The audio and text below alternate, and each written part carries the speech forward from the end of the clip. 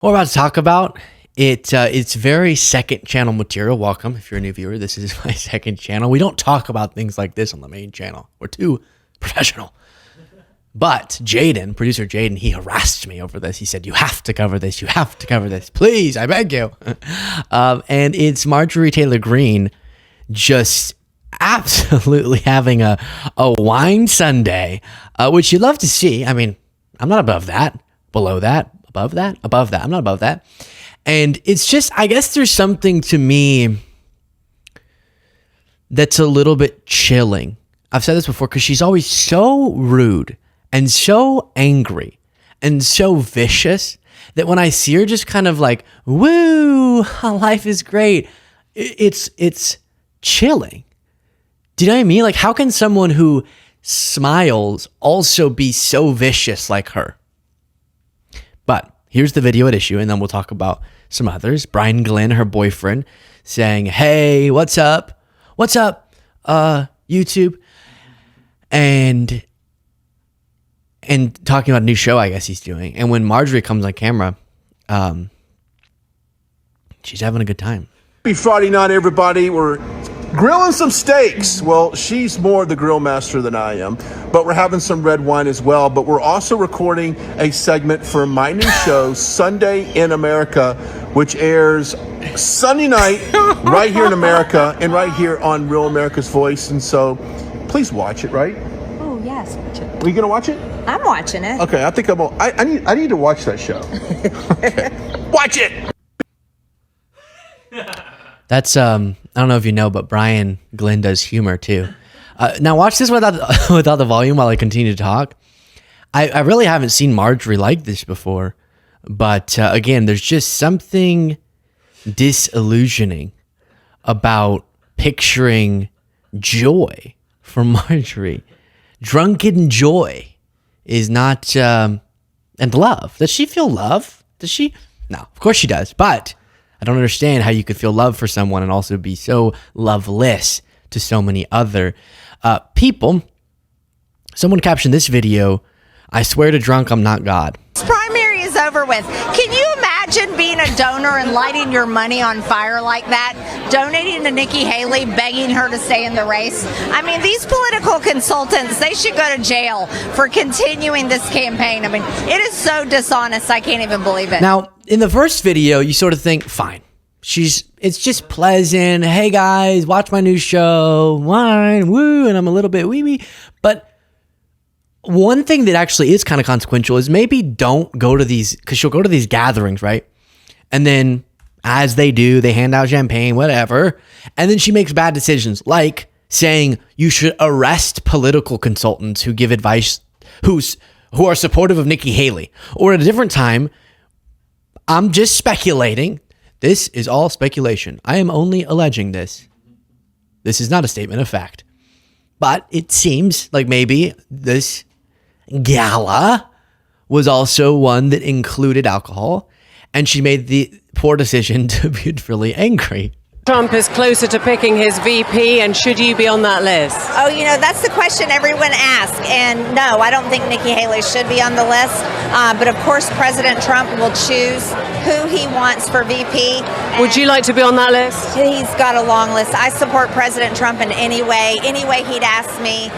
But I can assure you it won't be Nikki Haley. And can you tell me why so many people that support Donald Trump love conspiracy theories, including yourself? He seems to attract lots of conspiracy theorists. Well, let me tell you, you're a conspiracy theorist, and the left and the media spreads more conspiracy theories. We like the truth. We like supporting our Constitution, our freedoms, and America first. So what about Jewish space lasers? Tell us about Jewish space lasers. No, why don't you go talk about Jewish space lasers? And really, why don't you fuck off? How about that? Thanks. Thank you very much.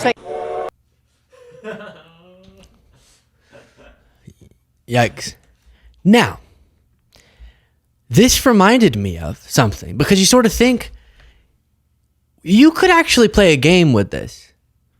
I've watched the show How I Met Your Mother, and in it they played a game called Drunk or Kid, and then you tell a story, and was it you driving off the roof with a scooter? Was that when you were a kid, or was that when you were drunk? A similar thing, you could play a game with terrible things people have said and done, and say, Is it because they were drunk, or was it because they were Marjorie Taylor Greene? You same over the hill. Don Lemon would say that's a man in his prime.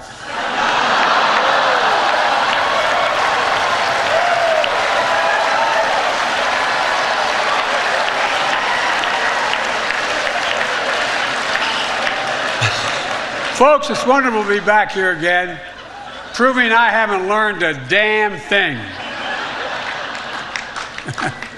I want everybody to have fun tonight, but please be safe. If you find yourself disoriented or confused, it's either you're drunk or Marjorie Taylor Greene.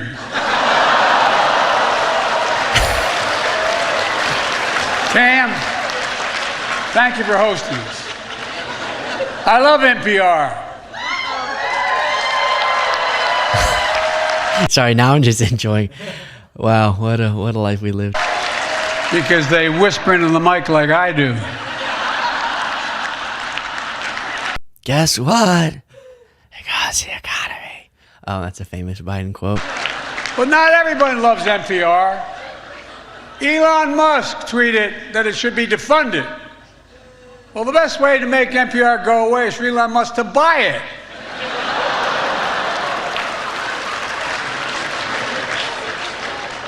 Yeah, so listen, that's a banger joke right there, right? Okay.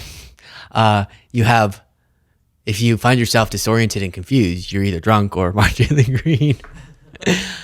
And then here's what I was thinking about watching that, as she's sort of like just having a pleasant evening and she's with her boyfriend. She's like, woo, yay.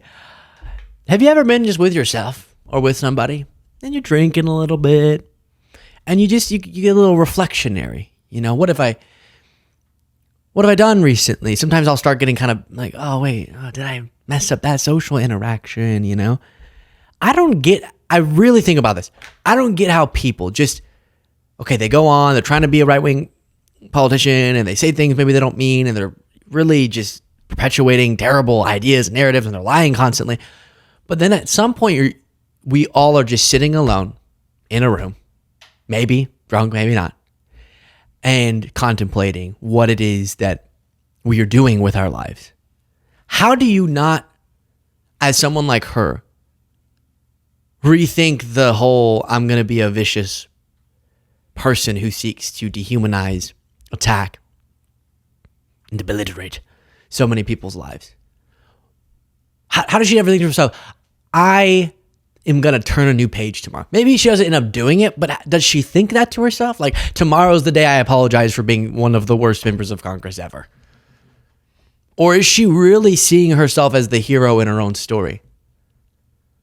Maybe the latter, honestly, which is even more disturbing. As I said, this is my second channel. Click the subscribe button here for extra more fun, less serious stuff like this. And then there is in the description below the link to the main channel where we get real. And then, all the good things. Tell me what you think in the comments.